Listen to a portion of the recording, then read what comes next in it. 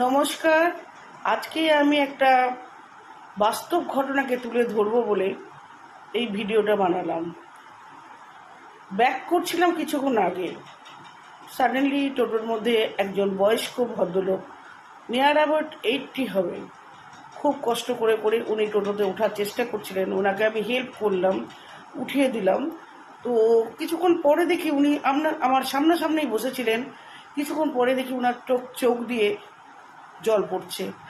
খারাপ লাগলো। ওনাকে জিজ্ঞাসা করলাম, কি হয়েছে আপনার? তো বলছে, আমার সবাই থাকতে আজকে কেউ নেই। আমি জিজ্ঞাসা করলাম, কেন, কি হয়েছে?